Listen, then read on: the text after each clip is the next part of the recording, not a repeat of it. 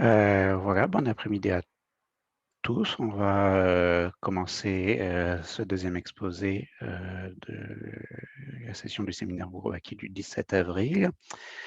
Nous accueillons, Clément Dupont. Clément Dupont est à Montpellier, et c'est un spécialiste des périodes et des motifs. Et Clément, va nous parler des progrès récents sur la conjecture de Zagier et le programme de Končarov. Merci beaucoup. Merci Olivier pour l'introduction, pour l'invitation. C'est un plaisir de donner cet exposé. C'est aussi un défi parce que comme vous allez le voir, il y a plein de maths différentes qui vont rentrer en jeu et c'est assez difficile de faire rentrer tout ça en 1 heure. Donc, je vais clairement pas parler de tous les aspects du sujet, mais j'espère pouvoir parler d'assez de choses pour que ça soit intéressant pour vous. Et donc voilà à peu près l'image que j'ai en tête du sujet. J'ai un peu l'image d'un iceberg avec 3 niveaux dans cet iceberg. Donc il y a la partie émergée de l'iceberg qui est ici, qui est la conjecture de Zaghi en elle-même, qui a trait aux fonctions de zeta des corps de nombres et aux valeurs spéciales des fonctions de zeta. Ça dit, je vais le préciser dans un instant, que la valeur en S égale n un entier de la fonction de zeta d'un corps de nombre s'exprime en termes d'évaluation d'une fonction qui s'appelle le énième polylogarithme classique. Ça, c'est la partie disons, émergée de l'iceberg, la partie peut-être la plus concrète. Et je commencerai avec ça. En dessous, en fait, peut-être en dessous du niveau de la mer, peut-être, il y a un deuxième niveau qui est la catégorie des corps de nombres, et plus généralement la catégorie des corps. L'enjeu en fait, de la conjecture de Zaghi, on le verra, c'est d'écrire explicitement les groupes de catégories des corps de nombres et peut-être plus généralement des corps. Et le troisième niveau, plus profondément, on verra qu'il s'agit en fait de décrire la structure des catégories de motifs de Tate mixte sur un corps de nombre et plus généralement sur un corps. Donc j'espère vous faire comprendre, disons ce que le formalisme motivique a à dire sur la conjecture de Zaghi et peut-être réciproquement ce que la conjecture de Zaghi a à nous apprendre sur la structure des motifs. Et le fil conducteur dans tout cet exposé, ça sera d'expliquer la preuve d'un théorème qui a été prouvé très récemment par Alexander Goncharov et Daniel Rudenko, qui est la preuve de la conjecture de Zaghi pour n égale 4. Voilà, donc on sait que la conjecture de Zaghi est vraie pour n égale 2 et 3 depuis le début des années 90. Et il y a d'ailleurs un exposé au séminaire Bourbaki par Jean-Luc Atlino à ce sujet il y a presque 30 ans. Et maintenant, c'est le cas n égale 4. Et j'espère qu'après cet exposé, vous comprendrez pourquoi il s'est écoulé 30 ans entre les deux exposés. C'est que le cas n égale 4, en fait, il est vraiment crucial pour la compréhension de la conjecture. Il y a vraiment une obstruction qui apparaît au cas n égale 4, et c'est de ça que j'ai envie de parler. Voilà. Le plan, ça va être ça. Donc, je vais d'abord parler de la conjecture de Zaghi en elle-même et expliquer les liens avec la catégorie. Et ensuite, je descendrai dans l'iceberg pour expliquer ce que tout ça nous dit sur la structure des motifs de Tate mixte. Et enfin, je parlerai du cas n égale 4 et plus précisément des travaux de Goncharov-Rudenko et aussi de Gangel dont il est question. Voilà, donc commençons par le commencement, la conjecture de Zaghi et le personnage principal qui est la fonction de zeta d'un corps de nombre. Donc, dans tout cet exposé, f sera un corps de nombre, OF sera son anneau des entiers. Et depuis Dedekind, on a des fonctions de zeta associées au corps de nombre, qui sont des fonctions d'une variable complexe S, définie par une somme. On somme sur les idéaux non nuls de l'anneau des entiers. Et qu'est-ce qu'on somme? On somme la norme de l'idéal, puissance moins S, ou la norme de l'idéal, c'est juste le nombre d'éléments dans l'anneau quotient. Et a priori, ça, c'est une fonction qui est définie seulement si la partie réelle de S est strictement plus grande que 1. Mais on sait qu'on peut faire un prolongement analytique en une fonction méromorphe sur tout le plan complexe qui a juste un seul pôle en S égale 1, et c'est un pôle simple. Voilà. Ça généralise la fonction de zeta de Riemann. Si vous prenez f égale le corps Q des rationnels, les idéaux de l'anneau des entiers qui est Z, c'est en bijection avec les entiers naturels non nuls, et la norme de l'idéal, c'est juste l'entier lui-même. Donc vous sommez juste k puissance moins s pour k allant de 1 à l'infini. Un autre exemple, au cas où vous n'avez jamais vu ce genre de... Pardon, il faut que je dézoome un peu. Voilà. Au cas où vous n'avez jamais vu ce genre d'objet, c'est le cas où f, c'est q parenthèse i, les rationnels de Gauss. Dans ce cas-là, l'anneau des entiers, c'est z crochet i, les entiers de Gauss. Et la fonction de zeta, c'est un truc qui ressemble beaucoup à la fonction de zeta de Riemann, sauf que vous avez des coefficients ici devant le k puissance moins s. Le kème coefficient, ça compte le nombre de manières d'écrire k comme une somme de deux carrés entiers. Et donc, voilà, ça devrait vous convaincre que ces fonctions-là, c'est des objets de nature analytique qui ont en fait une grosse partie d'information qui est arithmétique et qui est cachée dedans. Donc, je m'intéresserai dans tout cet exposé aux valeurs spéciales des fonctions zeta, c'est-à-dire juste les valeurs aux entiers, quand S est un entier. Et commençons par S égale 1. Alors, comme je vous l'ai dit, il y a un pôle qui est un pôle simple en S égale 1, donc il n'y a pas de valeur en S égale 1, il y a un résidu en S égale 1 qu'on calcule. Et ça, c'est calculé par la formule du nombre de classes, qui est un peu le début de toute cette histoire, qui est un résultat classique. Donc, pour l'énoncer, il faut que j'utilise un peu de notation. Donc, c'est assez classique d'étudier les corps de nombres en les plongeant de toutes les manières possibles dans les nombres complexes.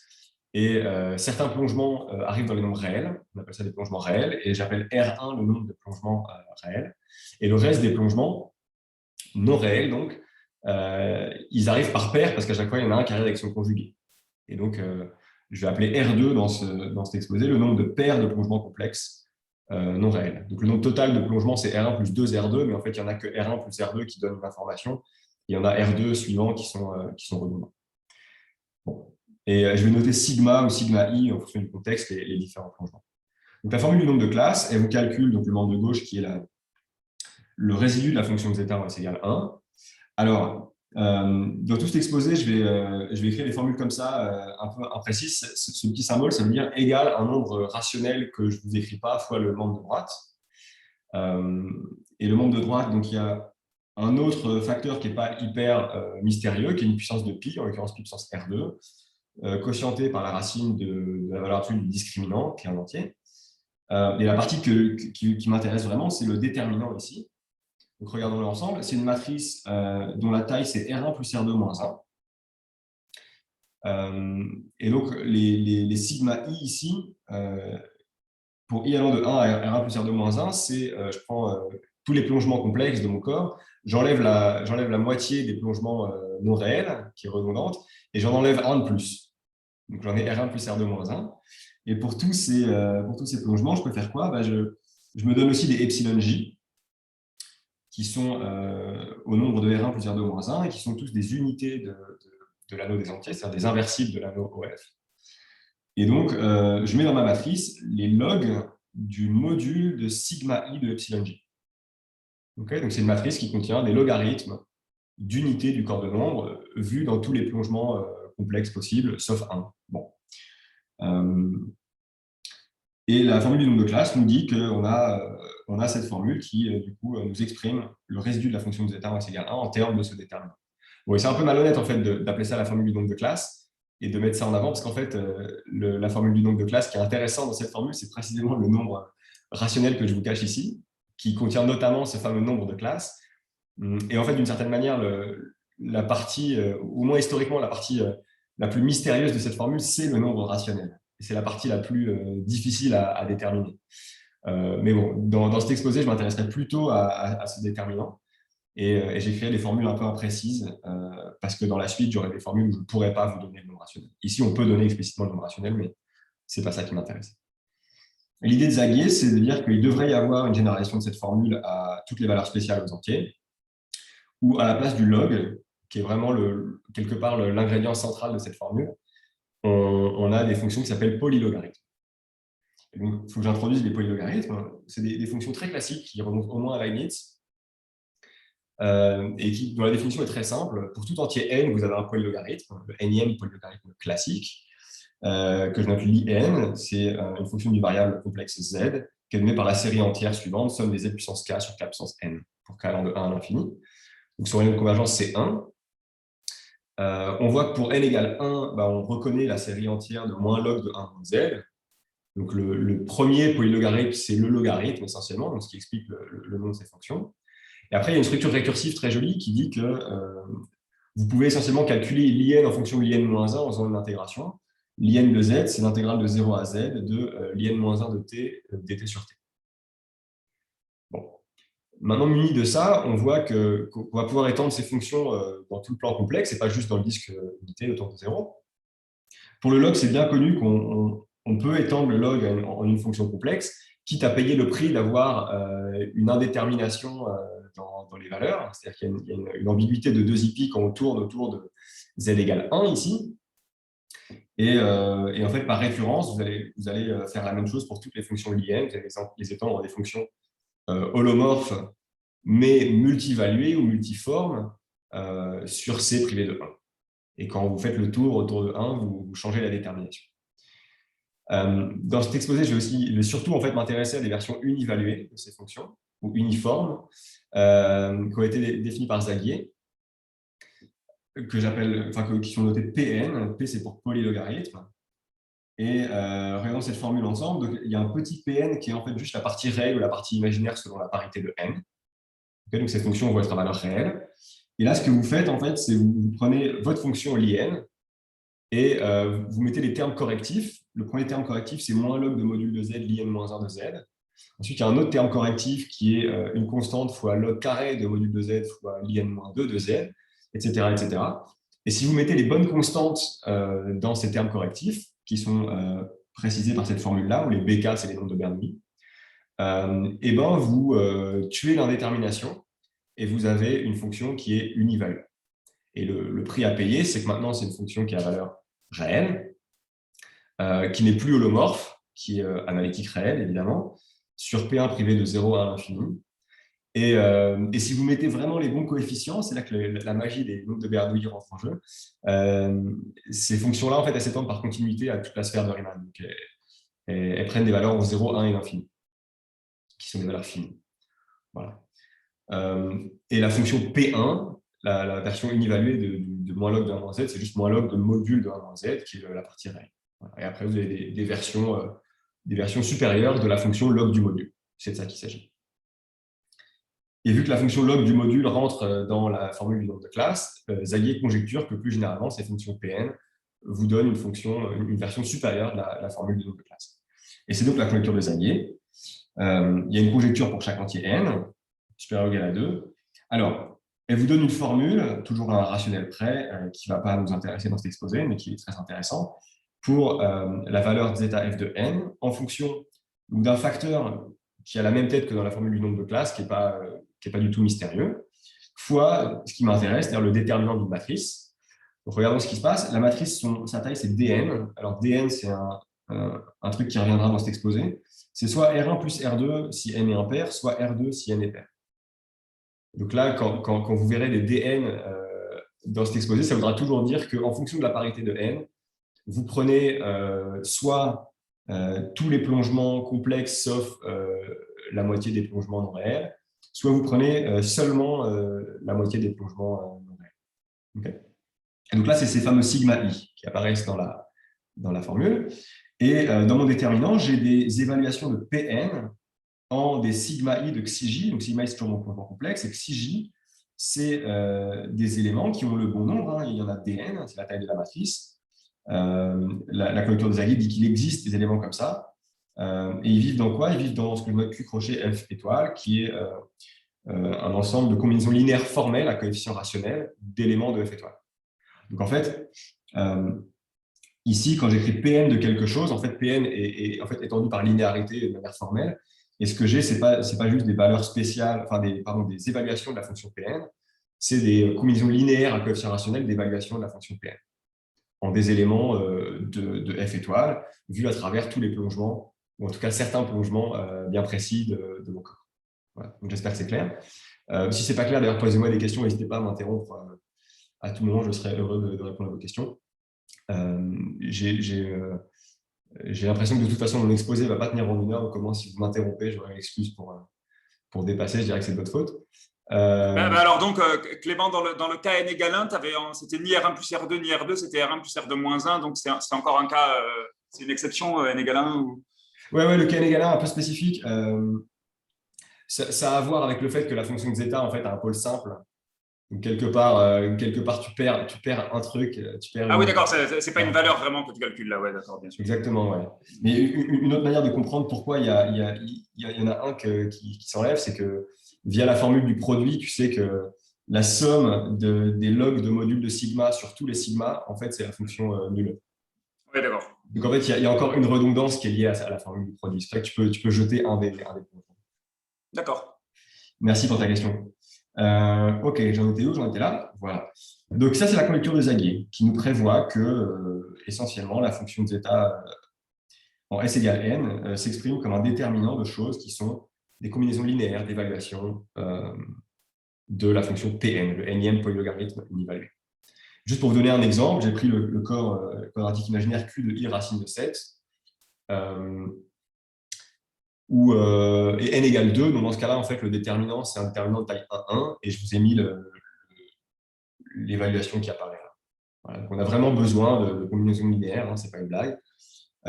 Et les éléments ici sont bien dans le corps de nombre. Et si vous prenez des corps un peu plus compliqués, vous allez avoir des formules beaucoup plus compliquées que ça, qui sont difficiles à prévoir en général. Par contre, on sait que la conjecture est vraie dans certains cas. Par exemple, pour les corps cyclotoniques, c'est assez facile de prouver la conjecture à la main. Et dans ce cas-là, les xi-j, c'est juste des racines de l'unité. Dans ce cas-là, je n'ai même pas besoin de combinaison linéaire. Bon. Voilà. Une remarque que j'ai envie de faire quand même, c'est que cette conjecture peut être testée numériquement. C'est une des motivations, c'est une des raisons qui poussent Zagier à écrire cette conjecture. C'est qu'en fait, on peut calculer avec une grande précision le membre de gauche et le membre de droite, calculer le quotient et vérifier qu'avec une grande précision, c'est un nombre qui a l'air d'être rationnel. Alors, pour calculer le membre de droite, évidemment, il faut trouver les xi-j. Et là, il faut être un peu astucieux. Il y a une petite heuristique pour calculer les xi-j, enfin, pour trouver les xi-j qui vont fonctionner, que j'essaierai de préciser plus tard dans l'exposé. Mais en tout cas, on peut demander à un ordinateur de faire des tests et de trouver des xi-j. Et au bout d'un moment, il en trouve assez pour que ce déterminant soit non nul. Et on vérifie que la formule, en tout cas numériquement, a des chances d'être vérifiée. Donc ça, c'est très important. Il faut quand même comprendre que c'est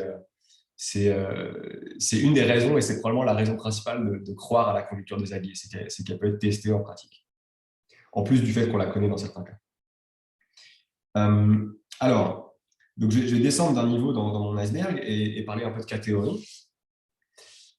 Donc je vais m'intéresser à la catégorie des corps, c'est la catégorie algébrique des corps. De mon point de vue, c'est juste un foncteur qui prend un corps et qui vous renvoie des groupes abéliens qui s'appellent KI de F, il y en a un pour chaque entier I. Il y a une définition de ces groupes abéliens qui est un peu compliquée, mais pour cet exposé, je vais juste m'intéresser à la version sans torsion, c'est-à-dire rationalisée ou tensorisée par Q. Donc c'est ça que veut dire ce petit Q ici, je tensorise le groupe abélien par Q. Et là, il y a une description assez claire comme espace des primitifs de l'homologie du groupe linéaire GL de F à coefficient rationnel. Ce groupe GL de F, c'est ce qu'on appelle le groupe linéaire stable. C'est la limite de tous les GLN de F pour n qui tend vers l'infini. Et quand j'écris homologie ici, je veux dire l'homologie des groupes. Et je prends l'homologie, ça forme une algèbre de Hopf pour des raisons générales, et je prends les primitifs. Et ça me donne la catégorie rationnelle. Et en fait, pour des raisons générales, c'est la même chose de calculer la catégorie rationnelle ou de calculer l'homologie des groupes linéaires. C'est la même information. OK. Pour I petit, on sait calculer ces trucs-là facilement. Donc, par exemple, le K0 de F, c'est toujours les entiers, le groupe des entiers Z. Le K1 de F, c'est toujours le groupe des inversibles de F. Et après, ça devient plus compliqué. Donc, pour K2, on peut aussi donner une formule par générateur de relation, qui est du Matsumoto, que je ne vais pas écrire. Et puis après, ça se complique franchement. Et calculer la catégorie, même la catégorie rationnelle, c'est quelque chose de fondamentalement compliqué. Et heureusement, on a un résultat de Borel, des travaux de Borel dans les années 70, qui font ça pour nous, pour les corps de nombre. Ils font ça et mieux, en fait. Donc, ce que fait Borel, c'est, pour tout n supérieur ou égal à 2, il définit ce qu'on appelle la classe de Borel, qui est une classe petit bn, qui vit dans la cohomologie, cette fois, du groupe linéaire stable à coefficient dans C. Et les coefficients de ce groupe de cohomologie, c'est R. Et comment il fait ça? C'est pas extrêmement compliqué, hein. C'est d'une certaine manière par voie topologique. Il utilise le fait que GL de C, ce n'est pas juste un groupe, c'est un groupe topologique. Et essentiellement, cette classe canonique, elle vient in fine de la cohomologie singulière du groupe GLN de C. Et maintenant, ça c'est en cohomologie, donc ça induit une application de l'homologie du groupe linéaire stable vers les nombres réels. Et par fonctorialité, en prenant tous les plongements complexes de votre corps de nombres, vous pouvez induire sur l'homologie de GL de F et donc sur la catégorie de F, en degré 2n-1, une application qu'on appelle le régulateur de Borel qui va dans R puissance dn. Dn, c'est toujours le même DN qu'avant. Je suis juste en train de dire que ce truc-là est induit par la classe canonique pour essentiellement tous les plongements complexes possibles de F, en éliminant certains plongements parce qu'il y a de la redondance. Voilà. Donc ça, c'est le régulateur de Borel, et Borel montre que ce régulateur est injectif modulo torsion, et que son image est un réseau de R puissance Dn, ce qui montre notamment que le rang de la catégorie, K2n-1 de F, c'est ce nombre Dn. Ce qui est déjà un résultat remarquable, parce que calculer la catégorie, c'est très compliqué. Borel nous calcule le rang de la catégorie, et en fait, il fait mieux, il a ce régulateur de Borel qui contient une information en plus, qui est son covolume. Le covolume, c'est juste le volume du quotient de R puissance Dn par le réseau image de ρn. Et ce covolume, c'est essentiellement, d'après le théorème de Borel, à un facteur rationnel près et à un préfacteur usuel près, la valeur spéciale de la fonction de zeta en n. Voilà ce qu'on dit Borel. Et en fait, quand on voit ça, on voit qu'il y a déjà une grosse étape vers la conjecture de Zagier qui est faite, même bien avant que Zagier énonce sa conjecture, puisque la conjecture de Zagier, c'est la même chose, sauf qu'au lieu du covolume du régulateur de Borel, vous avez un déterminant explicite avec des évaluations de la fonction Pn. Et donc, vous dites, on est tout près, et c'est vrai qu'on a fait un grand pas en avant. Maintenant, la question pour résoudre la conjecture de Zagier, ça revient à montrer que ce régulateur de Borel, c'est-à-dire la classe de Borel, s'exprime en termes du énième polylogarithme. Ça revient vraiment à ça. Ça revient à exprimer la énième classe de Borel en fonction du énième polylogarithme classique. Et ça a été fait pour n égale 2 et n égale 3. Donc, je vais vous expliquer ça rapidement. Donc, le cas n égale 2, c'est un assemblage de tout un tas de résultats, notamment vu à Bloch, Dupont, Sa, Suslin et Zagier. Dupont, c'est ni moi ni ma famille, c'est Johann Louis Dupont, qui est un mathématicien danois. Ça dit la chose suivante. Donc, il y a un truc qui est très important pour le dilogarithme, qui est ce qu'on appelle la relation à 5 termes. Ceux d'entre vous qui ont suivi l'exposé de Javier Fressan au séminaire BTD hier en ont entendu parler, ont vu qu'il y avait des liens très forts avec la géométrie hyperbolique en dimension 3. Cette relation, donc je vais l'écrire sous cette forme-là. Vous prenez 5 points dans P1 de C. Vous avez 5 manières d'enlever un point et de garder 4 points. Ces 4 points, vous pouvez calculer leur birapport, c'est un nombre. Et vous pouvez évaluer la fonction P2 en le birapport des 4 points. Et si vous faites la somme alternée de ces 5 évaluations, ça fait 0. Voilà. Ça, c'est ce qu'on appelle la relation à 5 termes, qui est un truc très joli, très symétrique, pour le dilogarithme P2, qu'on appelle le dilogarithme de Bloch-Wigner, de temps en temps dans la littérature.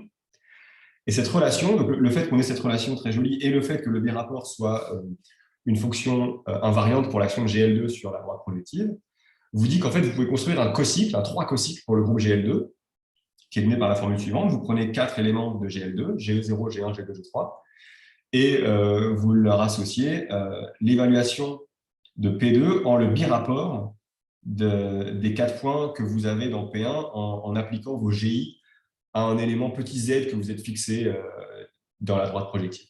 Okay, la classe de ce cocycle ne va pas dépendre de z. Donc ça, c'est un 3 cocycle. Et on peut prouver que c'est un représentant de la classe de Borel pour n égale 2. La classe de Borel, c'est un truc qui vit dans le H3 du groupe linéaire stable à coefficient réel. Et ça, c'est sa restriction à la cohomologie de GL2. Voilà, on peut montrer que c'est exactement ça. Et en travaillant un petit peu plus, et notamment en expliquant comment on passe de GL2 au groupe linéaire stable, on montre que ce truc-là implique la conjecture de Zagier pour n égale 2. Bon, donc c'est très bien. Pour n égale 3, en fait, ça marche pareil. C'est un peu plus compliqué, c'est les travaux de Goncharov au début des années 90. Cette fois, la relation de cocycle, elle a à peu près la même tête, donc c'est pour la fonction P3. Au lieu d'avoir 5 points dans P1, j'ai 7 points dans P2. Et le rôle du birapport est joué par un truc que je note R3 ici, que j'appelle le tri-rapport antisymétrisé, qui est un invariant de 6 points, d'une configuration de 6 points dans P2, qui a été découverte par Goncharov. Et donc, c'est à peu près la même tête. Donc, il faut faire un petit peu attention. En fait, ce tri-rapport antisymétrisé, comme son nom l'indique, c'est un truc antisymétrisé. Donc, en fait, il y a plein de termes, ce n'est pas juste un seul terme. Donc, cette relation qui a l'air d'avoir 7 termes, en fait, elle en a 840. Donc, c'est une relation à 840 termes, mais qui est très symétrique. Et qui va quand même vous induire un cocycle pour le groupe GL3, un cocycle de degré 5. Et on peut montrer que c'est un représentant de la restriction de la classe de Borel, B3 à GL5. Et en travaillant un peu, notamment en expliquant comment on peut passer de GL3 au groupe linéaire stable, et ben on montre la conjecture de Zagier. Goncharov montre la conjecture de Zagier pour n égale 3. Et l'histoire s'arrête un peu ici, abruptement, parce que pour n égale 4, il ne semble pas que ça soit faisable de continuer comme ça naturellement. Et la raison, c'est que, donc là, vous avez vu, hein, ce qui joue un rôle vraiment fondamental, c'est de comprendre les équations fonctionnelles des polylogarithmes. Et il semble que les équations fonctionnelles naturelles, elles ne vivent pas dans le petit monde des polylogarithmes classiques, mais elles vivent dans un monde, un espace fonctionnel plus grand, qui est l'espace des polylogarithmes multiples. Donc, les polylogarithmes multiples, c'est des sommes de séries multiples comme ça, qui ressemblent beaucoup aux sommes de séries qui définissaient les polylogues usuels, classiques. Donc, cette fois, c'est des fonctions de plusieurs variables zi, qui sont même complexes, et qui sont indexées par plusieurs indices ni. Ça, c'est des entiers. Bon, et ça a une définition très, très claire. Je vais appeler poids la somme des indices.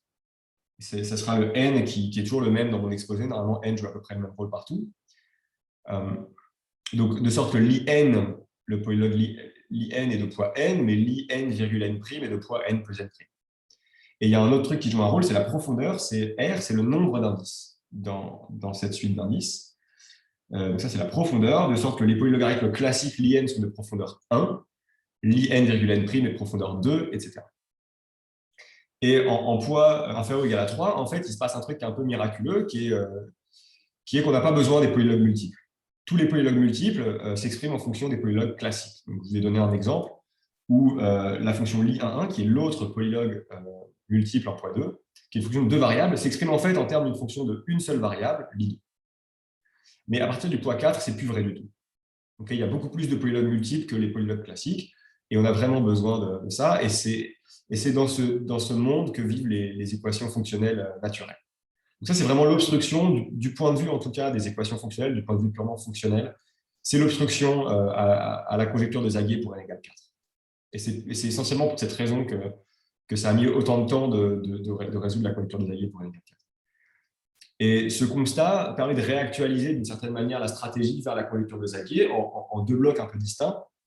Le premier bloc, c'est de dire bon, je vais assumer le fait de travailler pas avec les polylogarithmes classiques qui sont un monde trop petit, mais dans le monde plus grand des polylogarithmes multiples. Donc ça, c'est le premier bloc. Essayez de montrer, par exemple, une conjecture de Zagier faible, où au lieu d'avoir des polylogues classiques, vous avez tous les polylogues multiples.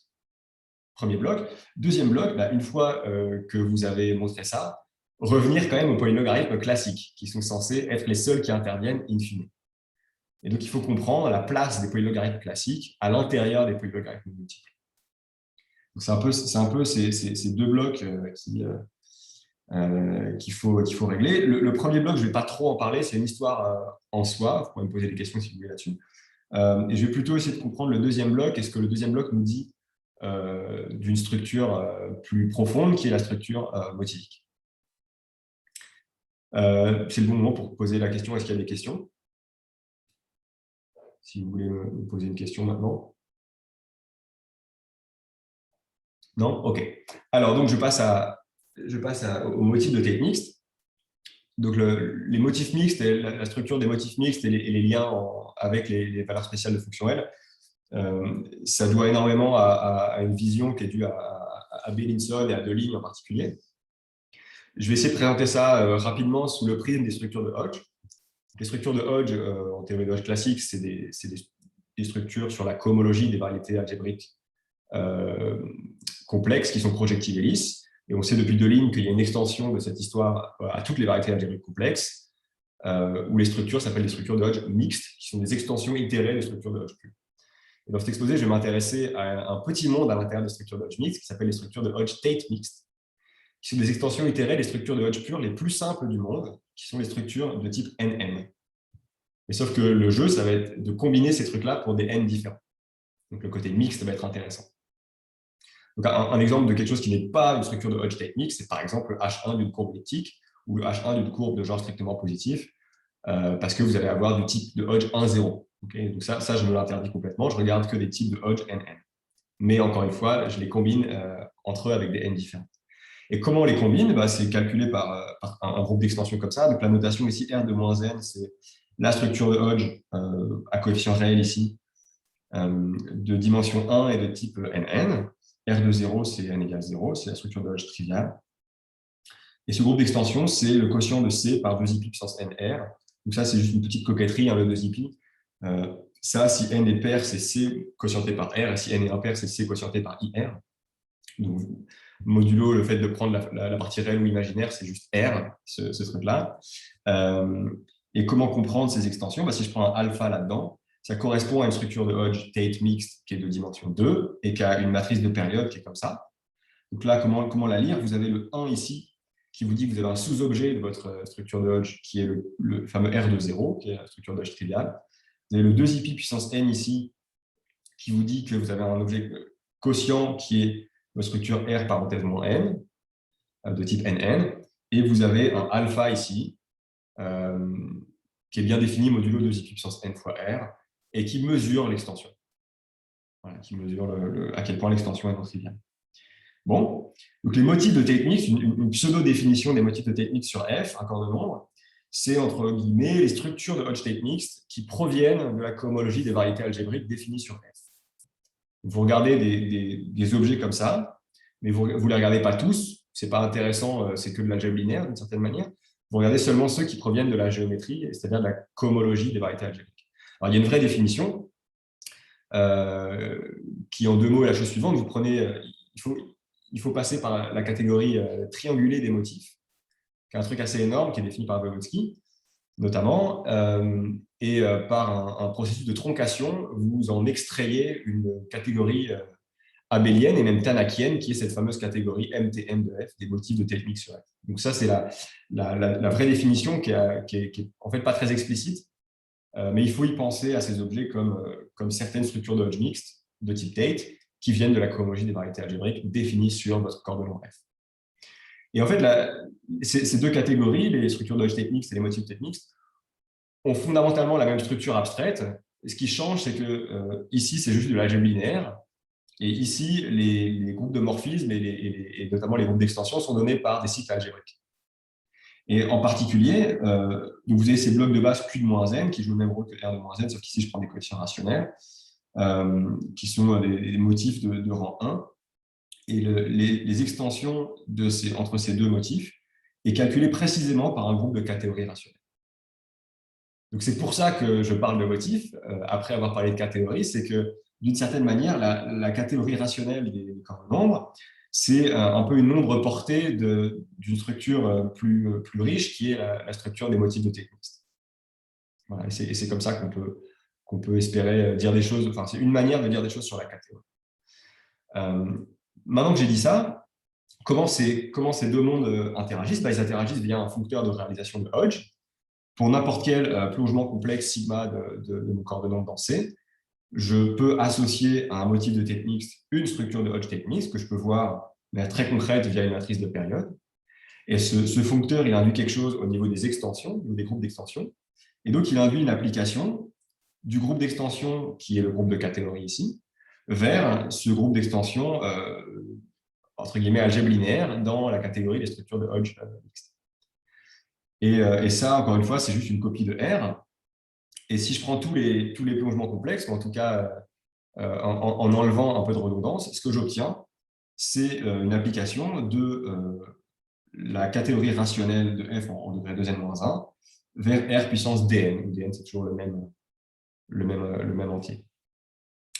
Et on pense que cette application, ça devrait être la même chose que le régulateur de Borel. On ne le sait pas, c'est pas prouvé, on ne va pas en fait s'en servir, on va se servir de ça un peu comme un guide, et dans la suite de l'exposé, on va faire comme si c'était vrai. Donc, il y a cette philosophie qu'en fait les régulateurs sont induits par la réalisation de Hodge, et là, ce truc-là devrait être le régulateur de Borel.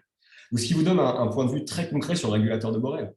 Une classe en K-théorie, ça correspond géométriquement à une certaine extension de Q-n par Q de 0, et le régulateur, c'est le nombre que vous voyez apparaître ici dans la matrice des périodes, qui en pratique, si votre extension elle est donnée par la cohomologie d'une variété, en pratique, ce alpha, ça va être une certaine intégrale d'une forme algébrique sur un cycle. D'accord? Ça va être une période. Et donc maintenant, le jeu, on peut carrément oublier la K-théorie, la conjecture des Aghi, etc. La question qu'on est en train de se poser, c'est comment produire ces extensions-là. Si j'arrive à produire ces extensions-là, je sais calculer le régulateur en calculant des intégrales. Et ça me dit quoi mettre dans ma matrice, dont je vais calculer le déterminant pour avoir la valeur spéciale de la fonction zeta. Donc vraiment, le jeu, maintenant, c'est comprendre les extensions dans la catégorie des motifs. Et c'est un jeu très difficile, en fait. C'est autant ici, pour les structures de Hodge, il ne se passe rien, et puis en fait, vous ne voyez même pas la différence entre les différents n, pas de différence entre n égale 1 et n égale 17 dans cette formule, mais pour les motifs de technique, c'est notre histoire. Notamment pour n égale 1, c'est très simple. Pour n égale 1, il y a ce qu'on appelle les extensions de Kummer, ou motifs logarithmiques, qui vous produisent toutes les extensions qui vous intéressent. Donc, le groupe de K-théorie, le groupe d'extension en question, c'est le K1, qui est F étoile. Et si je prends un X là-dedans, un élément non nul de F, et ben en fait, l'extension correspondante, je peux la décrire très simplement sous la forme d'un groupe de cohomologie relative. C'est le H1 de GM relatif à 2 points, 1 et X. Et c'est un groupe de cohomologie qu'on peut calculer, que tu fais exactement, enfin, bon, c'est très facile. Et on peut écrire une matrice des périodes. Elle a taille 2, et elle a la bonne tête, avec un 1 et un 2 IP, qui correspondent à Q de moins 1 ici et Q de 0 là. Et l'extension est mesurée par une intégrale qui est facilement calculée. C'est log de x, ou log de sigma de x, où sigma, c'est le prolongement complexe. Et si vous prenez la partie réelle de ça, vous avez log du module de sigma. Et vous retrouvez le fait que dans la formule du nombre de classes, ce qui compte, c'est le log du module de sigma. Donc on est très content. La mauvaise nouvelle, c'est que pour n plus grand que 1, et ben en fait, ce n'est pas possible de décrire comme ça les extensions. Par contre, ce que vous pouvez faire, c'est produire des objets intéressants dans la catégorie des motifs, espérer qu'ils ne soient pas trop gros et espérer pouvoir en extraire des extensions. Et notamment, des objets assez naturels, c'est ce qu'on appelle les motifs polylogarithmiques, qui sont nommés parce que dans leur matrice des périodes, on voit apparaître l'IN. Et je vais juste vous écrire, bon, ils ont une définition qui est relativement claire. Je vais juste vous écrire la matrice des périodes de ce motif polylogarithmique pour n égale 2. C'est une matrice 3,3. Donc là, vous voyez 1, 2 IP et 2 IP carrés sur la diagonale. Donc, il vous dit que ce que vous êtes en train de coller ensemble, c'est un Q de 0, un Q de moins 1 et un Q de moins 2. Et la manière dont vous les recollez est mesurée par ces trois nombres qui sont au-dessus de la diagonale. Et vous voyez, donc le Z, je me suis fixé un X pareil dans F étoile, et le Z, c'est X vu dans C via un prolongement complexe. Et vous voyez que vous n'avez évidemment pas une extension de Q de moins 2 par Q de 0, parce que ça n'a déjà pas la bonne dimension. Et il y a un Q de moins 1 au milieu qui joue les troubles faits. Mais j'ai écrit que c'est un bon début quand même. Pourquoi c'est un bon début? Mais parce qu'en fait, si vous, mettons que vous êtes dans le cas où F est un corps cyclotomique, pour simplifier, et vous avez pris pour Z une racine de l'unité. Mais dans ce cas-là, log Z ici, c'est un multiple rationnel de 2 IP. Et donc ce 2 IP log Z, c'est un multiple rationnel de 2 IP carré qui est exactement sur la ligne d'en dessous. Donc, quitte à faire comment ça s'appelle, des manipulations élémentaires, transformations élémentaires sur les lignes, c'est-à-dire un changement de base, vous pouvez faire comme si ce nombre-là était 0. Et donc, la structure de la matrice se simplifie. Et vous voyez que si vous prenez la première et la troisième colonne, ça vous donne un sous-objet qui est exactement une extension de Q de moins 2 par Q de 0. Et là, vous avez gagné. Okay, donc là, c'est le cas où Z est une racine de l'unité. Et en général, on peut espérer prendre plusieurs X, c'est-à-dire plusieurs Z différents, prendre tous ces motifs-là, faire des sommes directes, des produits tensoriels, etc. Et le faire de manière intelligente pour extraire des extensions de Q de moins 2 par Q de 0. Ou de Q de moins N par Q de 0 en général. Et en fait, si on réinterprète motiviquement la conjecture de Zagier, ça dit ça. Ça dit, donc c'est ce qu'on écrit Beilinson et Deligne, l'interprétation motivique de la conjecture de Zagier. Elle dit que toutes les extensions de Q de moins N par Q de 0, dans cette catégorie de motifs de tête mixte, on peut les obtenir à partir de ces fameux motifs polylogarithmiques dont je vous ai donné un exemple. De manière plus précise, toutes ces extensions sont dans la sous-catégorie tanakienne engendrée par les motifs polylogarithmiques. Et Beilinson et Deligne, dans leur article, ils disent plein de choses, mais à l'endroit où ils expliquent cette chose-là, ils disent, je crois, nous n'avons rien à en dire. Ce qui est une manière polie de dire que il n'y a pas de vraie raison conceptuelle de penser que cette conjecture est vraie, quand on l'écrit comme ça, parce qu'en fait, cette sous-catégorie tanakienne engendrée par les motifs polylogarithmiques, elle est très très petite, elle est vraiment très très petite, les motifs polylogarithmiques sont très spéciaux, et donc, sans plus d'informations, c'est pas très clair pourquoi toutes les extensions devraient se trouver là-dedans. Il n'y a pas de raison conceptuelle de penser que c'est le cas. Bon. En tout cas, c'est ce que dit la conjecture de Zaghi. Super. Donc maintenant, je vais essayer de rendre ça un peu plus scientifique. Ce petit jeu de prendre des motifs polylogarithmiques et puis faire des opérations et puis extraire des extensions, comment on peut le rendre plus scientifique? Donc c'est via le formalisme tanakien, qui est juste un gros mot pour dire qu'on va prendre un point de vue de théorie des représentations sur les motifs. Le formalisme tanakien nous dit que la catégorie des motifs de Tate mixte sur F est équivalente à la catégorie des représentations graduées d'un certain schéma en groupe, qu'on appelle le groupe de gamma motivique. Donc le mot gradué dit que juste le schéma en groupe en question a une action de GM, ou dit autrement que son algèbre des fonctions est gradué.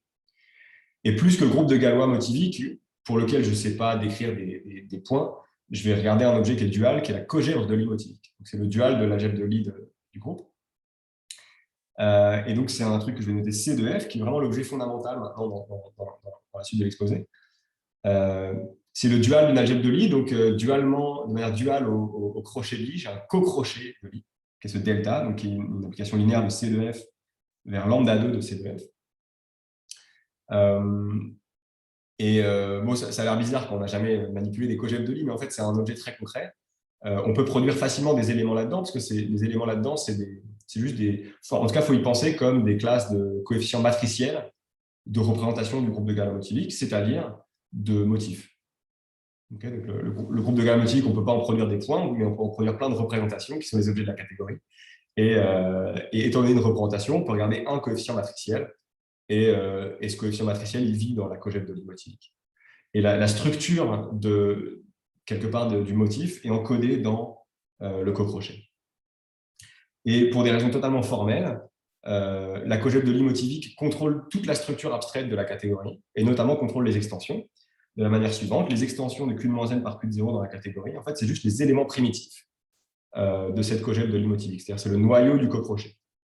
Et si je m'intéresse aux extensions de Q de moins n par Q de 0, c'est les éléments primitifs en poids n. Okay, la graduation dans la cogèbre de Lie motivique, je l'appelle le poids, et c'est ce sentier n. Bon. Et donc maintenant, le jeu, encore une fois, c'est construire plein d'éléments dans la cogèbre de Lie motivique, savoir calculer leur cocrochet, et espérer faire des combinaisons linéaires de ces éléments-là pour tomber sur un élément dans le noyau. C'est à ça qu'on joue maintenant. Et les éléments qu'on sait facilement manipuler dans la cogèbre de Lie motivique, c'est des versions motiviques des polylogarithmes multiples ou des polylogarithmes classiques en première instance. Donc, il y a d'abord les logarithmes motiviques, qui sont des objets que je note comme ça. Il y a toujours un petit C ici pour dire que je vis dans la cogèbre de Lie motivique. Ça vit en poids 1. Donc, c'est vraiment juste des coefficients matriciels associés à ces motifs-là. Et étant donné que ces motifs sont des extensions, les variantes motiviques de log x sont primitives. Très bien. En poids 2, on peut définir des dilogarithmes motiviques, des versions motiviques des dilogarithmes. Ça vit donc en poids 2 dans la cogèbre de Lie motivique. Et on peut facilement calculer leur cocrochet. C'est donné par un wedge de 2 log motiviques. Alors, comment comprendre cette formule? En fait, elle est très évidente sur la matrice des périodes, parce que vous voyez que l'obstruction à avoir une extension ici, elle est dans ces nombres-là, moins log de 1 moins z et log de z. Et c'est exactement ces nombres-là qu'on retrouve, enfin, les versions motiviques, qu'on retrouve dans le cocrochet. C'est tout à fait naturel. Plus généralement, on peut définir des polylogarithmes classiques motiviques en tout poids. Et leur cocrochet est calculé très facilement. Le delta de l'IN de x, c'est l'IN-1 de x, wedge log x. Donc, quelque part, l'obstruction à ce que vous ayez trouvé une extension en poids n grâce à un l'IN, elle est mesurée par un l'IN-1. Okay, donc, il y a une sorte de jeu récursif auquel vous pouvez jouer. Et cette formule, elle est censée quand même vous faire penser à la structure récursive que je vous ai expliqué tout à l'heure, qui est que la différentielle de l'IN de x, alors, je l'écris sous forme intégrale, mais ça revient à la même chose. C'est l'IN-1 de x fois dx sur x, qui est la différentielle de log x. Donc, voilà. C'est une formule qui est en fait assez... enfin, en tout cas, qui nous rappelle quelque chose. Et plus généralement, je peux définir des variantes motiviques, des polylogarithmes multiples à plusieurs variables. Donc, j'ai plein d'objets. Je suis dans mon bac à sable, qui est la cogèbre de Lie motivique. Je peux produire plein d'éléments là-dedans grâce aux polylogarithmes multiples. Je sais calculer leur co-crochet et j'espère que j'ai assez d'éléments pour trouver des éléments qui sont primitifs, c'est-à-dire qui sont dans le noyau du co-crochet. Très bien. Donc, je vais rendre ça concret dans un instant pour n égale 4. Juste parler, juste pour cette slide-là, de ce qui se passe pour un corps quelconque. Dans le titre de mon exposé, il y a la conjecture de Xavier, mais il y a aussi ce que j'appelle le programme de Goncharov, qui n'est pas un terme forcément classique, mais qui recouvre, à mon avis, une réalité. Goncharov a pris un peu tout ce sujet-là et l'a amené dans la direction déjà de regarder ce qui se passe pour un corps quelconque et pas juste pour un corps de membre. Dans cette slide, F est un corps quelconque. Et ce que Goncharov cherche à faire, c'est utiliser quelque part le formalisme motivique pour dire des choses sur la catégorie des corps en général. Voilà, c'est ça l'ambition.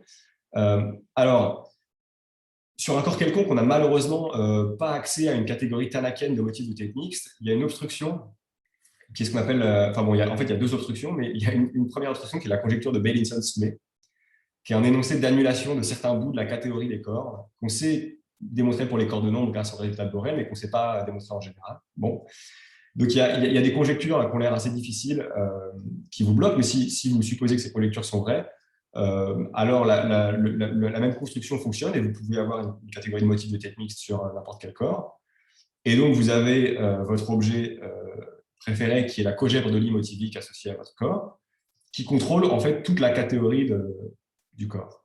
Et donc, ça vous permet de créer ce qu'on appelle un complexe motivique ou le complexe motivique. J'ai écrit conditionnel parce que ça dépend encore une fois de la conjecture de Beilinson-Soumet et d'une autre conjecture. Et par définition, c'est juste le complexe de Chevalet-Eilenberg de la cogèbre de Lie motivique qui calcule la cohomologie de la conjecture. Donc, vous avez le premier terme, hein, c'est juste le delta, le co-crochet, puis après, vous avez des itérations comme ça de delta. Et pour des raisons purement formelles, les groupes de cohomologie de ce complexe motivique, c'est les extensions dans la catégorie des motifs de technique sur F. Et il se passe un truc pour les corps généraux qu'on ne voit pas pour les corps de nombre, c'est que ce complexe a de la cohomologie un peu partout en général. Il y a un truc qui s'appelle la gamma-filtration en catégorie, qui est une filtration très naturelle sur les groupes de catégorie, qu'on ne voit pas pour les corps de nombre parce qu'il n'y a qu'un seul bout de cette filtration qui est non triviale. Mais en général, ça coupe la catégorie en plein de petits morceaux qu'on appelle la cohomologie motivique. Et ces petits morceaux, c'est exactement les groupes de cohomologie de ce complexe motivique. Et dans le cas d'un corps de nombre, on voit que de la cohomologie ici, c'est-à-dire le noyau de delta. Mais en général, ça contrôle tout un tas de petits morceaux de la catégorie. Donc ça, c'est très bien. Le programme de Goncharov, c'est de dire, OK, mais tout ça, c'est de un pas très concret et ça repose sur des conjectures difficiles. Donc, je vais essayer de produire des complexes motiviques qui soient inconditionnels, qui soient explicites, c'est-à-dire notamment engendrés par générateur de relations, présentés par générateur de relations. Les générateurs, il faut y penser comme les éléments de la cogèbre de Lie qu'on a produit juste avant, hein, les polylogarithmes multiples motiviques. Et les relations, il faut les trouver avec des relations fonctionnelles des polylogarithmes. Et aussi, je veux des complexes motiviques qui soient le plus petit possible, au sens où je peux remplacer ce complexe-là par un complexe plus petit qui lui est quasi isomorphe. Et plus le complexe est petit, plus je suis content. Et l'idée, c'est de comprendre ce que nous suggère la conjecture de Zagier dans cette direction. Revenons un peu sur cette formule-là de co-crochet pour les polylogarithmes classiques. Si vous regardez cette formule, il y a un truc qui est vraiment frappant, c'est que vous avez un élément en poids n dans votre cogèbre de Lie motivique, et son co-crochet, donc c'est gradué, hein, et là vous avez du coup un élément en poids n-1 wedge, un élément en poids 1, mais vous n'avez que ça. Vous n'avez pas du n-2 wedge 2 ou du n-3 wedge 3. Il y avait un truc très très spécifique. Ce qui est une manière de se rendre compte que les polylogarithmes classiques sont en fait un monde très petit du point de vue des motifs de technique. Et en fait, ce truc-là, vu par ce prisme, disons, la conjecture de Zagier suggère une conjecture très profonde qui est due à Goncharov, qui s'appelle la conjecture de liberté, et qui dit que si je prends la cogète de Lie et que je fais le quotient par ce qui se passe en poids 1, donc c'est juste les logarithmes motiviques, je tue les logarithmes motiviques, ça devrait être colibre, et l'espace de ces primitifs, c'est-à-dire les cogénérateurs, ça devrait être les polylogarithmes multiples, les polylogarithmes classiques, pardon. Pourquoi c'est raisonnable? Parce que vous voyez que si vous tuez les logs, bah, vous tuez carrément le cocrochet de l'IN, et donc les liens deviennent des primitifs en ce sens. Et la conjecture de liberté vous dit que malgré le fait qu'il y ait plein de bouts de la catégorie ici qui soient non triviaux, et ben en fait, toutes ces choses-là sont complètement contrôlées par juste les polylogarithmes classiques. Et Goncharov a des complexes motiviques qu'il appelle les complexes polylogarithmiques, qui sont faits juste à partir des polylogarithmes classiques qui, conjecturalement, calculent tous les bouts de la catégorie. Voilà, donc, quelque part, ce que nous apprend la conjecture de Zagier, c'est que c'est cet énoncé conjectural qui a l'air très important et qui structure vraiment la catégorie des motifs du technisme. Dualement, c'est un énoncé de liberté sur la algèbre de Lie, sur un bout de l'algèbre de Lie de la catégorie. Ok, super. Donc maintenant, je vais passer à un truc un peu plus concret, qui est le cas n égale 4, et essayer de maintenant prendre ce que je viens de raconter et le placer dans le contexte de la preuve de la conjecture de Zagier pour n égale 4. Donc, motivé par cette conjecture de liberté, par cette réinterprétation motivique, on va faire la chose suivante. Donc, là, je reprends F un corps de nom, juste pour être concret, mais en fait, il n'y a pas forcément besoin. Je suis en train de regarder la cogète de Lie en point 4, C4 de F, et son co-crochet, donc il y a deux composantes, il y a le C3 wedge C1, il y a le C2 wedge C2.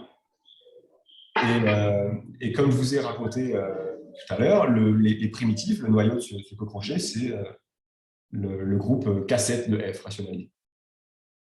Et vous avez à l'intérieur de ces 4 les éléments que vous aimez le plus, qui sont les Li4 motiviques, et j'ai déjà écrit la formule du co-crochet, c'est Li3 wedge log. Et ça vit que dans ce premier bout. Okay. Et c'est vraiment à partir de n égale 4 qu'il y a d'autres choses, quoi. Il y a un bout du wedge 2 de C qui fait intervenir des choses qui ne sont pas C1, notamment ce C2 wedge C2. Et c'est facile de produire des éléments dans la cogète de Lie motivique, des coefficients matriciels, qui ont, dont le co-crochet a une composante non nulle dans cette partie en bleu. Et par exemple, si vous prenez concrètement Li3,1, donc un polylogarithme multiple de profondeur 2, Li3,1 de y sur x, virgule 1 sur y, il y a une version motivique dont le co-crochet a une composante dans C2 wedge C2 qui est moins Li2 de x wedge Li2 de y. Et donc là, il faut s'accrocher un peu, il faut croire à la conjecture de Zagier, et donc à la conjecture de liberté, qui vous dit que en fait, tous ces trucs-là, cette partie-là, devrait avoir aucun rôle à jouer dans le noyau. Dit autrement, si vous prenez une combinaison linéaire d'éléments comme ça, de Li3,1, telle que la partie delta 2,2 de leur co-crochet s'annule, alors cette combinaison linéaire devrait s'exprimer en termes purement de Li4. Et ça veut dire quoi s'annuler? Vu que maintenant j'ai une expression concrète, en fait, vous voyez que s'annuler pour delta 2,2, ça peut s'annuler que à cause de la relation à 5 termes du dit logarithme. Et donc, ce que vous devez montrer, c'est que si vous prenez une somme alternée de Li3,1 comme ça, qui correspondrait à la relation à 5 termes de Li2 de x, et cette somme alternée de 5 termes doit s'exprimer en termes de Li4. C'est ça que vous devez faire si vous croyez à la conjecture de Zagier, ou en tout cas à cette interprétation motivique. Et c'est ce qu'a fait Gangel en 2016, Herbert Gangel.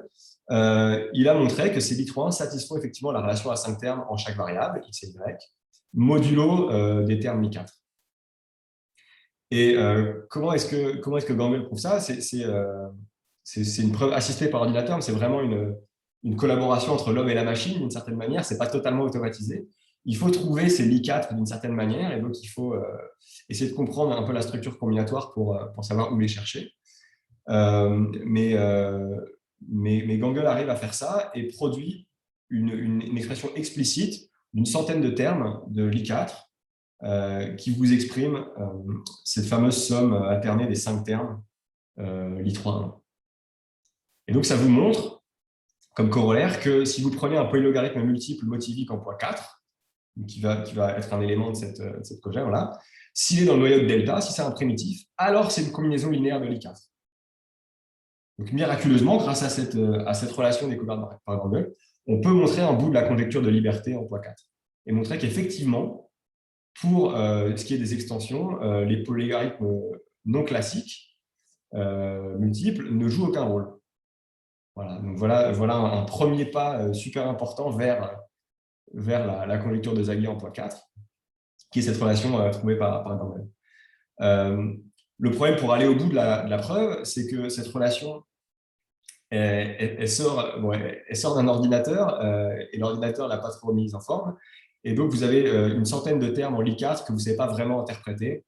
C'est assez compliqué, il n'y a pas une structure très claire. Et donc, vous avez du mal à la relier à ce qui nous intéresse au départ, qui est l'homologie ou la cohomologie du compilaire. Et on a besoin, d'une certaine manière, d'une version de ça plus structurée. Et c'est là qu'arrivent Koncharov et Rudenko, qui vont faire exactement ça.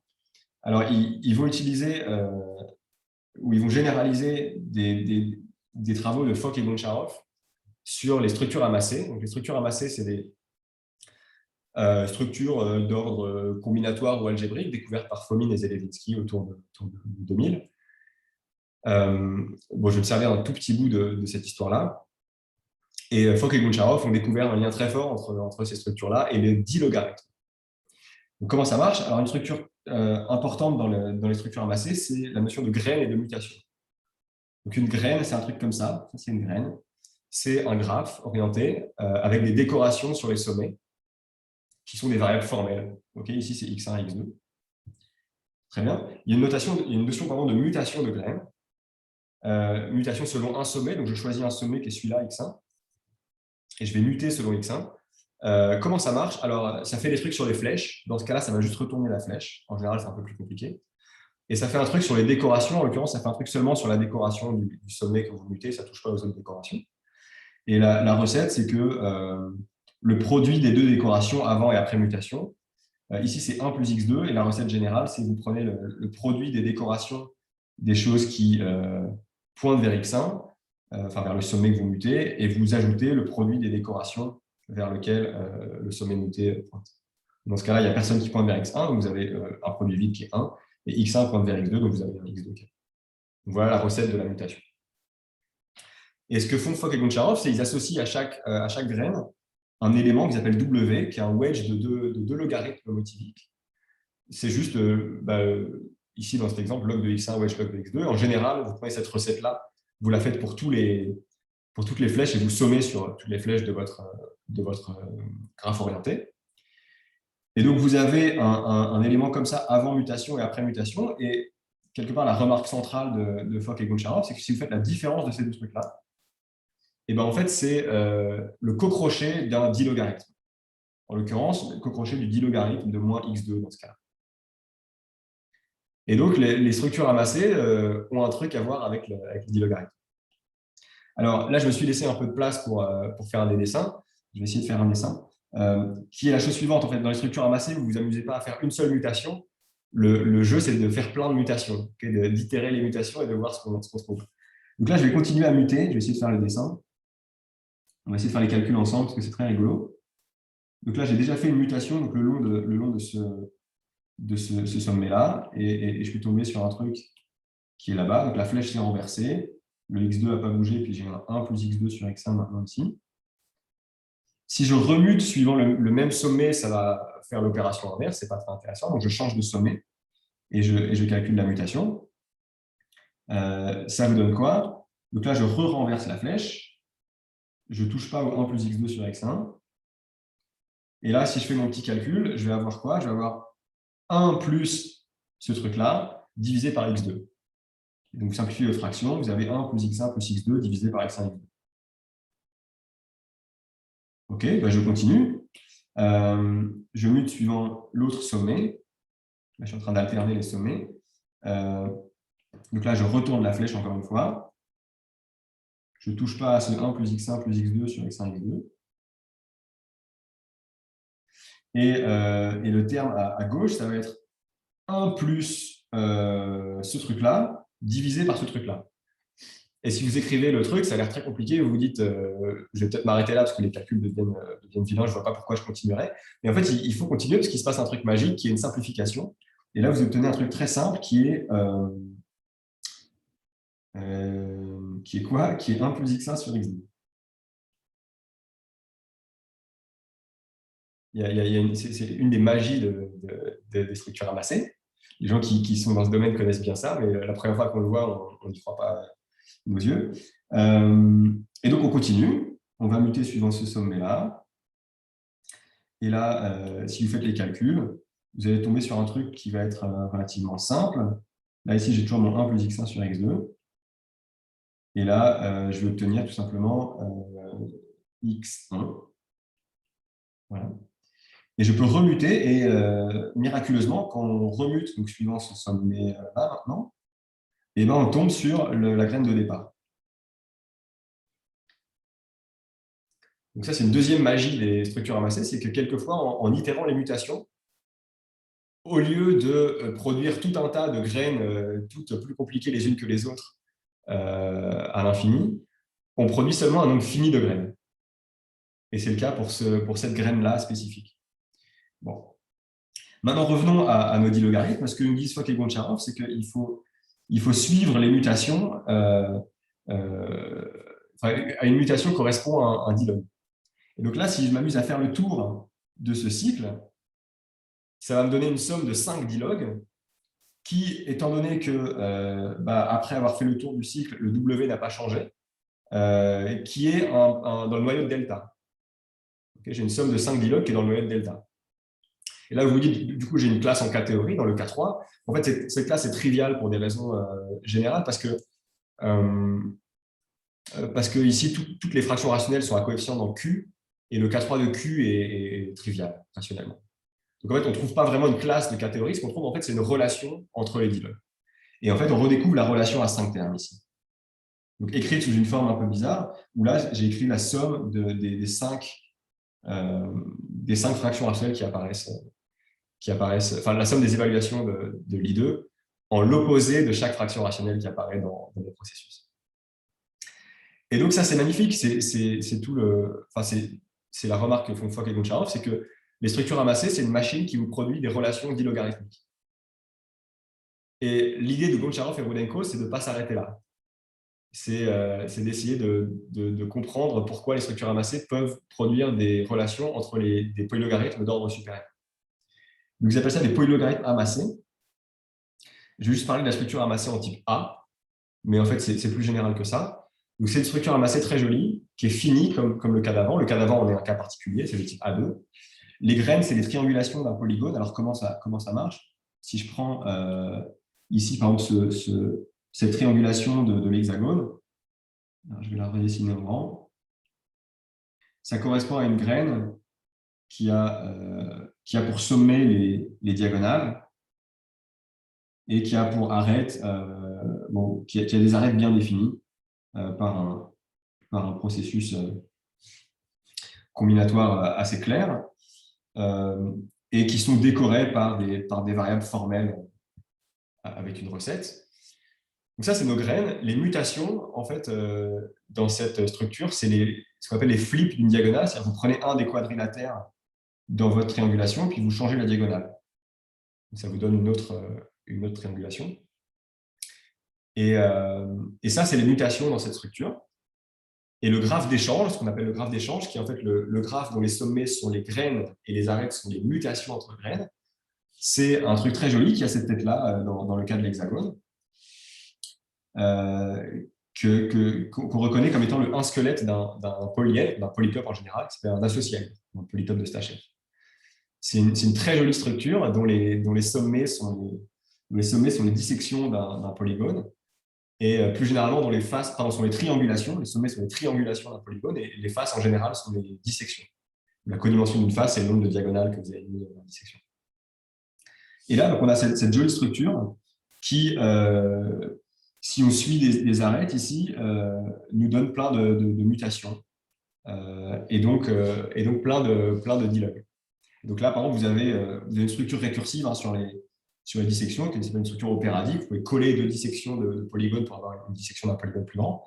Et donc, vous voyez à l'intérieur d'un associated des associated plus petits, dont ici cette suite de 5 mutations qui était celle de la slide précédente, qui est le fameux pentagone.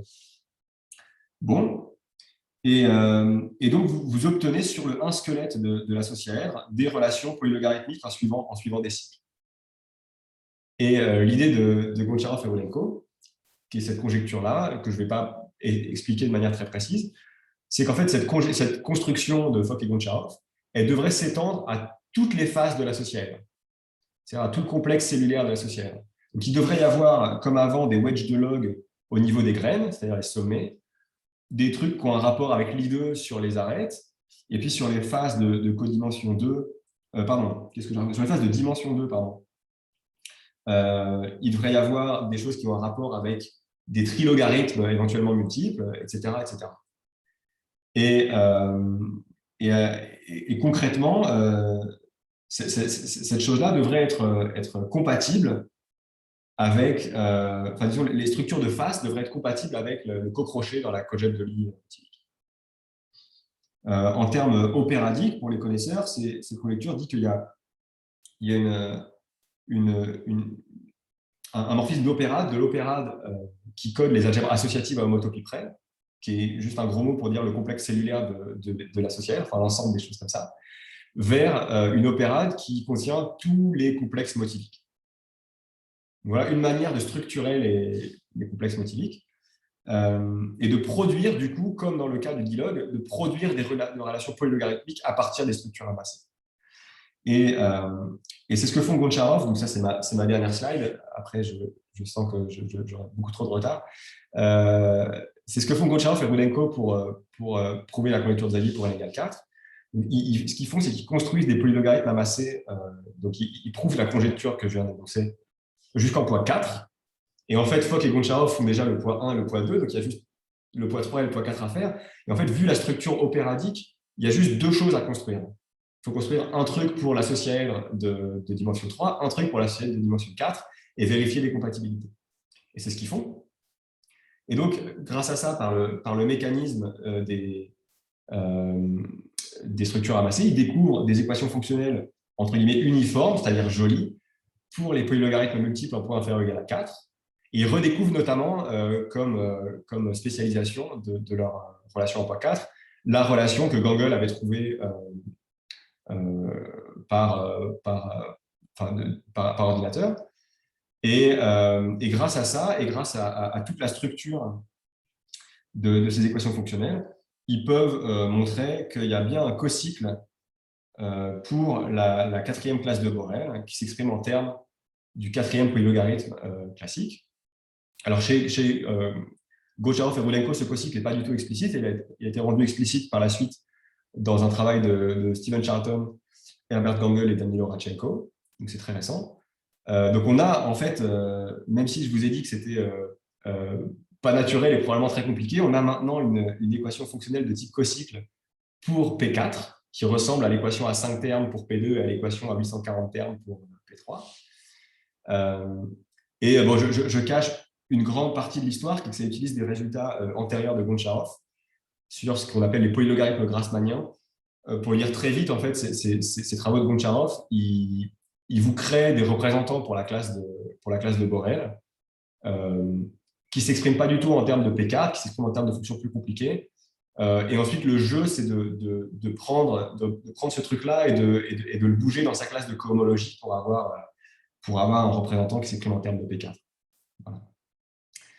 Donc, je vais m'arrêter à peu près là. Je vais juste mentionner des travaux récents et en cours. Donc, il y a un très joli article récent de Daniel Rudenko qui fait des progrès assez spectaculaires sur la notion de profondeur des polylogarithmes grâce à une variante des polylogarithmes amassés qu'il appelle polylogarithme quadrangulaire, où en fait, au lieu de faire des triangulations, on fait des quadrangulations de polygones.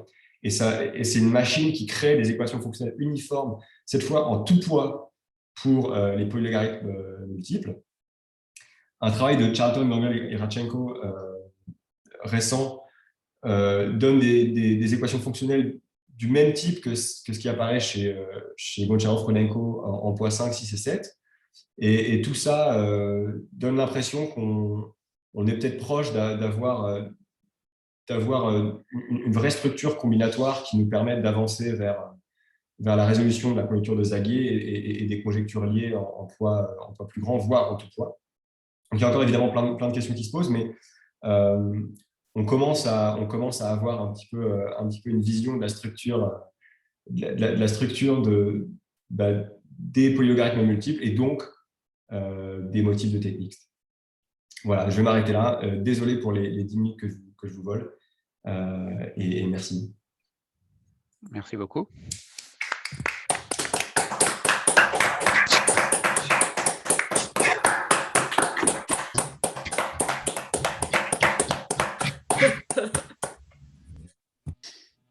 Est-ce qu'il y a des questions?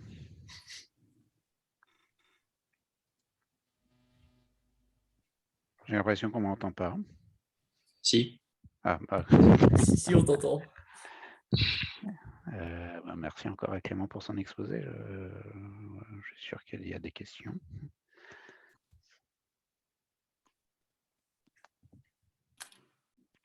Oui, donc pour le polylogarithme P4, est-ce qu'il y a, quel est le nombre de termes de l'équation fonctionnelle?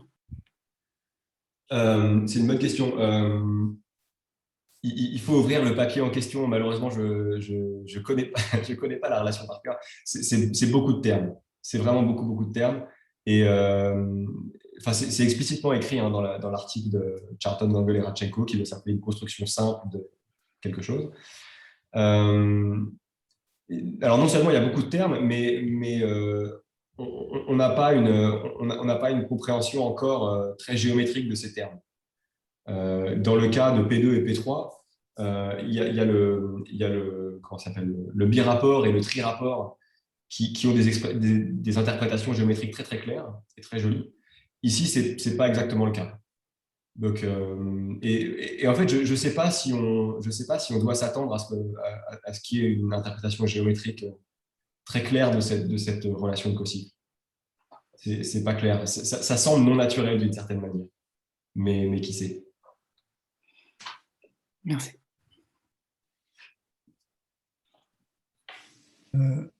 Une question peut-être naïve. La conjecture finale, c'est une relation pour zeta de 4 qui fait intervenir ces polylogarithmes. Mais donc le lien entre zeta de 4 et des fonctions, c'est le théorème de... D'où vient le lien avec zeta de 4? J'ai perdu ce passage-là dans l'exposé. Ah oui, le lien avec zeta de 4, en fait, oui. Il s'est perdu très rapidement. Tout au début. J'ai arrêté de mentionner zeta de 4 très vite. C'est le théorème de Borel. D'accord. C'est le théorème de Borel qui vous dit que pour comprendre la zeta de 4, il faut comprendre le régulateur de Borel. Et on se moque que ça ne soit pas le même régulateur parce que le covolume, de toute façon, au pire, c'est... que ce ne soit pas le même régulateur. Tu veux dire par rapport si le régulateur qui apparaît en catégorie n'est pas forcément celui de Borel. Alors là, le régulateur que je regarde, c'est celui de Borel. Après, dans l'exposé, j'ai mentionné un autre régulateur que dans le note, j'appelle le régulateur de Hodge. Je ne sais pas si les gens appellent ça comme ça, oui. Qui est issu de la réalisation de Hodge sur les groupes des extensions. On ne sait pas si c'est le même régulateur. On s'attend à ce que ça le soit. Mais en fait, on n'a pas utilisé dans toute cette stratégie, on n'utilise pas du tout le fait que ça l'est. Quelque part, ce que j'ai raconté sur le régulateur de Hodge, ici, là, c'était plutôt de l'ordre de la motivation. On aimerait beaucoup savoir, j'espère qu'un jour quelqu'un va démontrer que c'est quand même un gros trou dans ce sujet, va démontrer que ce truc-là est effectivement le régulateur de Borel. C'est toujours embêtant quand on a deux régulateurs et qu'on ne sait pas les calculer. Mais en fait, dans toute la stratégie de preuve, on n'utilise pas ça. Et donc, à quel moment est-ce qu'on compare à quel moment on voit apparaître l'homologie du groupe linéaire Ah oui, donc pour que ce soit le régulateur de Borel qui intervienne. Exactement. Donc ça, c'est ce que j'ai un peu caché vers la fin. En fait, c'est… alors, je ne sais plus dans quel slide, j'ai expliqué qu'on pouvait couper la conjecture de Zagier en deux choses. La première chose, c'est de montrer une sorte de version faible de la conjecture de Zagier avec des polylogarithmes multiples. Et la deuxième chose, c'est de réduire ensuite la profondeur. Et la première chose, j'en ai pas parlé, mais c'est là que ça intervient en fait. C'est là qu'on veut faire le lien entre le régulateur de Borel et les polylogarithmes multiples. Et ça a été fait dans des travaux de Goncharov. Le mot-clé, c'est polylogarithme grassmannien. Goncharov donne des formules en tout poids pour le régulateur de Borel en termes de certaines fonctions qu'il appelle polylogarithme grassmannien. Donc c'est un thème qui est assez vieux, qui remonte à Gelfand Macpherson dans les années 80. Et Goncharov réussit à donner, c'est quand même spectaculaire, réussit à donner des formules pour tous les régulateurs de Borel en tout poids en termes de polylogarithme grassmannien. Le problème est que ces polylogarithmes grassmanniens, c'est des objets, alors déjà il y a plusieurs variantes différentes, et c'est des objets qui ne s'expriment pas directement en termes de polylogarithme classique. Mais donc, quelque part, si tu veux, il y a tout ce travail de Goncharov qui te permet d'avoir un cocycle. Et donc, ce travail-là donne quand même, malgré tout, une formule de type conjecture de Zagier, mais avec d'autres fonctions spéciales que les polylogarithmes de Zagier. Alors, pas exactement. Je pense qu'on est très proche de ça. C'est pour ça que je n'ai pas vraiment parlé de cette première partie. Je pense qu'on est très, très proche de ça. Et quand on parle aux experts, ils ont l'air de dire qu'on est effectivement très proche d'avoir une conjecture de Zagier faible avec des polylogues multiples. Ce qui manque, c'est que la variante qui compte vraiment,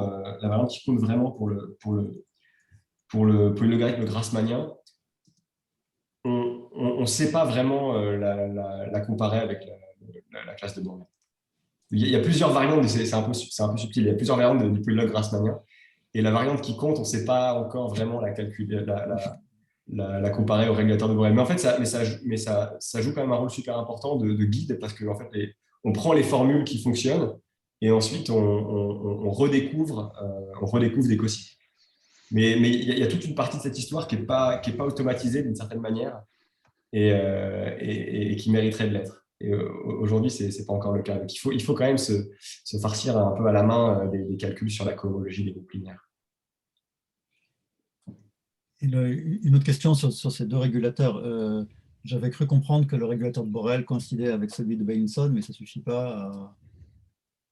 Ouais, non. Ça ne suffit pas non plus à faire ça. Effectivement, il y a quelque part une meilleure définition du régulateur qui est de la Beilinson, qui s'étend à toutes les variétés algébriques, et pas seulement spec F. Mais c'est quand même pas ça. Et clairement, on est beaucoup plus proche de ce qu'on veut, parce que le régulateur de Beilinson, il vient de la cohomologie de ligne, de classes caractéristiques en cohomologie de ligne, qui viennent d'extensions en théorie de Hodge. Donc, on est vraiment très, très proche de ça. Et donc, on ne doit pas être très, très loin de montrer que le régulateur de Beilinson est égal à ce que j'ai appelé régulateur de Hodge. Donc, j'espère que… je ne pense pas que ce soit un problème très compliqué, mais je ne crois pas que ce soit écrit dans la littérature. Merci beaucoup.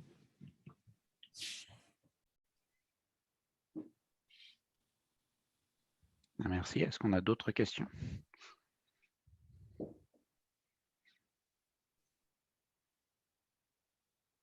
J'ai vraiment une question un peu de curiosité, mais quand tu as donné une formule pour la fonction zeta pour Q de racine de moins 1, et ça avait l'air d'être relié à des comptages de solutions d'équations différéntielles. Et est-ce que les conjectures de Zagier peuvent donner parfois des informations sur ce genre de comptage? C'est un peu subtil. En général, dans les fonctions zeta, dans les fonctions L, il y a plein d'informations arithmétiques. Et on peut y accéder de plein de manières, mais il n'y a pas forcément des liens extrêmement directs entre un problème et un autre. Le problème des valeurs spéciales n'est pas forcément directement relié au problème des coefficients dans la série de Dirichlet, par exemple, qui est la question que tu poses. Donc, toutes ces choses-là disent des choses sur l'arithmétique du corps de nombre, mais de manière en fait assez indirecte. Et d'ailleurs, j'en profite pour dire que dans la formule là, je ne sais plus où elle est, dans la formule qui est ici, la conjecture de Zaghi, les nombres rationnels que je n'ai pas écrits devraient donner une information extrêmement subtile sur les corps de nombres, qui sont en fait l'ordre de la torsion dans les groupes de catégories, que j'ai complètement négligé dans cet exposé, mais ils devraient apparaître ici. Donc en fait, c'est plutôt ce genre de truc, ce genre d'information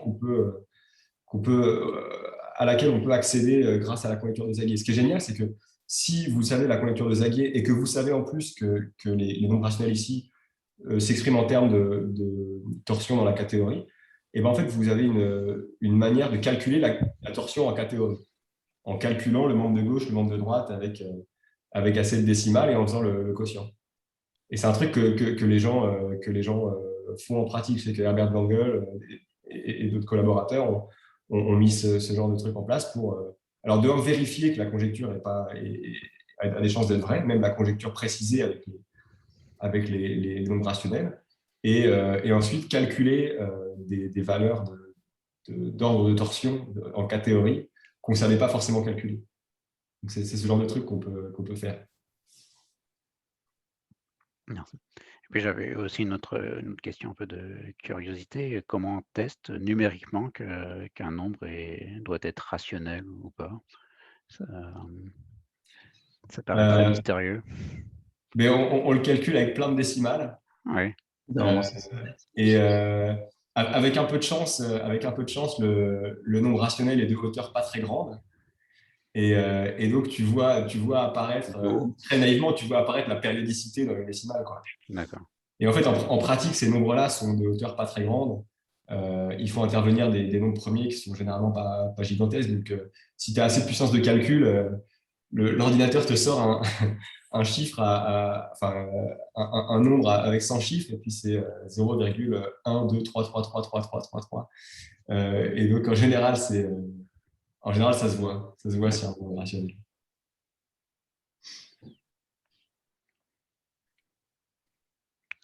Et est-ce que c'était facile de deviner la puissance de pi qu'on voit dans la conjecture ici? La puissance de pi,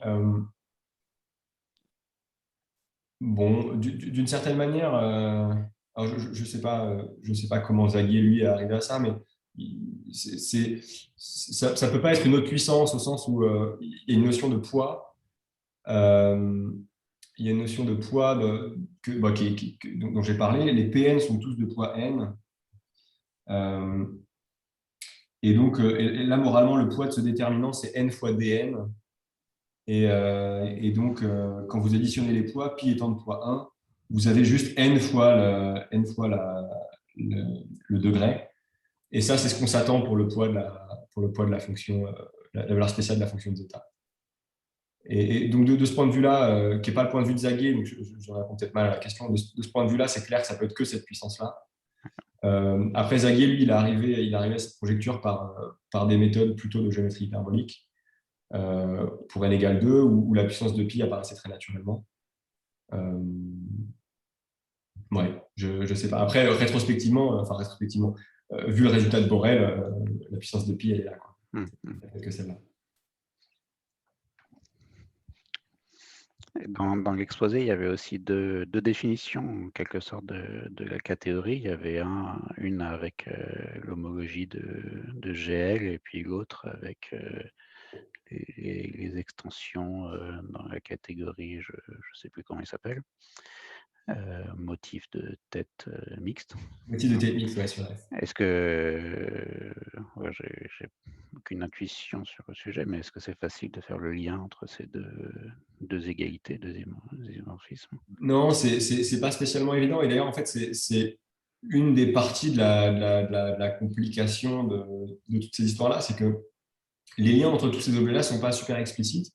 Le lien entre la catégorie et les extensions entre motifs utilise le fait que dans la catégorie de motifs de Voïvodski, les groupes de morphismes, donc notamment les groupes d'extension, sont donnés par des cycles algébriques. Et il y a un lien entre les cycles algébriques et la K-théorie qui a été fait par Bloch, qui explique que la K-théorie, au moins la K-théorie rationnelle, elle a une description en termes de ce qu'il appelle des groupes de Chow supérieurs, qui sont des cycles algébriques, non pas sur la variété, mais sur un produit de la variété avec un espace affine. Et donc, quand on met tout ça bout à bout, on a effectivement cette comparaison des deux définitions, mais c'est assez peu explicite et c'est une des choses qui rend tout ce sujet compliqué et qui, d'une certaine manière, légitime totalement le programme de Goncharov de rendre tout ça le plus explicite possible. C'est ça le but.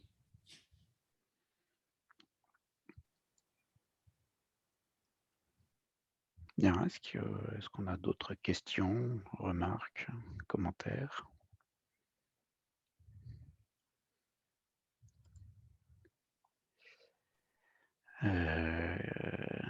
Alors, je vois une question dans le chat. Est-ce qu'il y a un lien avec les conjectures de Stark?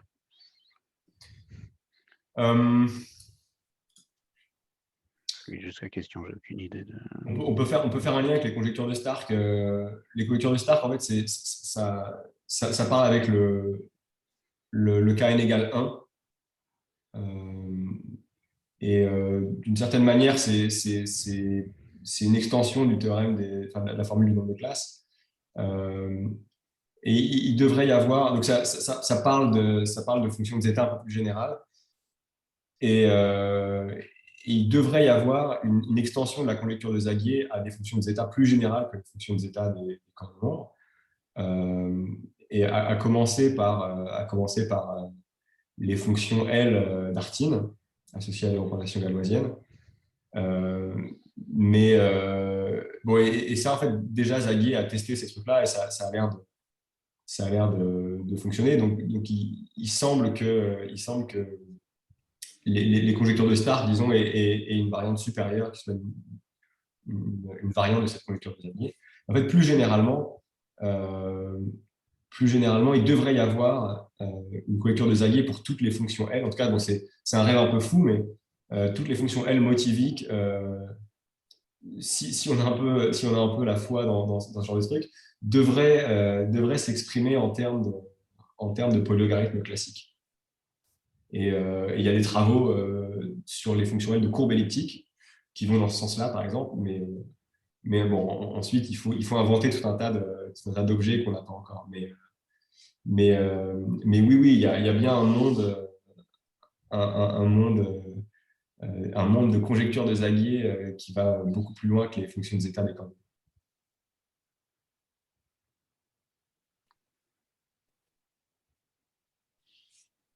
Bien. Voilà, je vous propose de remercier Clément pour son exposé, ses réponses, ses questions.